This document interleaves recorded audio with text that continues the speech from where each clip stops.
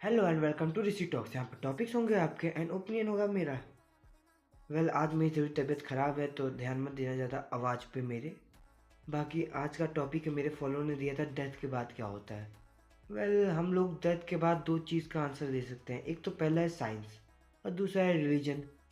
अगर साइंस में जाएँ तो मरने के बाद हमें कुछ देर के लिए, मरने से पहले कुछ एक ऐसा चीज़ होता है कि सडन इलेक्ट्रिक, मतलब पूरे ब्रेन में हमारे इलेक्ट्रिसिटी की तरह की गामा वेव्स फैलती हैं, जिससे हम लोग अपना पूरे लाइफ का जितना भी हमने कुछ किया, जो भी किया, पूरी लाइफ हमारी आंखों के सामने चलती है, साइंस का कहना है।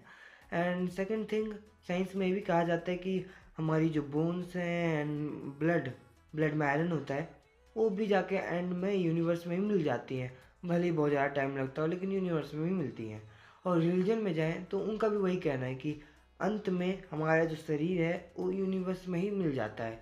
लाइक अगर हम हिंदू में जाएं तो हिंदू रिलीजन में आए तो उसमें जलाया जाता है, एंड अगर हम मुस्लिम रिलीजन में जाएं तो उसमें हम लोग को दफनाया जाता है। और सेम ऐसे ही अदर कास्ट में भी होता है।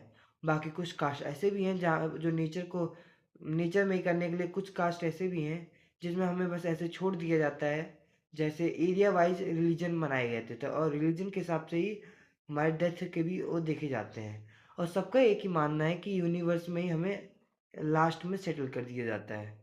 तो साइंस एंड रिलीजन का कहना है कि हम जाके अंत में यूनिवर्स में मिल जाते हैं। अगर एक एग्जांपल के तौर पे देखें तो एक समुद्र के ऊपर जितनी भी बारिश होती है वो वापिस जाके समुद्र में ही मिल जाती है। समुद्र के ऊपर या आसपास भी पानी कहीं ना कहीं जाकर वापस समुद्र में ही मिल जाता है। Thank you, bye. एंड आज का रैंडम टॉक खत्म होता है। कल के टॉक में बात करेंगे डिस्ट्रैक्शन के ऊपर, जो कि मेरे दोस्त ने टॉपिक दिया है। Thank you.